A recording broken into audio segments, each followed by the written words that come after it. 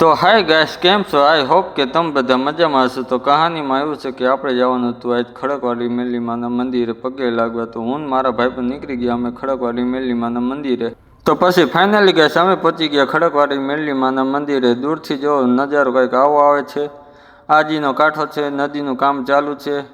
તો હાલો હવે તમને ઉપર ચડીને બતાવો કે મેલીમાનું મંદિર કેવું છે.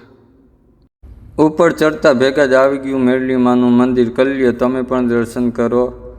પછી તમારે બહાર બેસવું હોય તો સુવિધા સારી છે. કલાક 2 કલાક આરામ લેવો હોય તો સુવિધા સારી છે.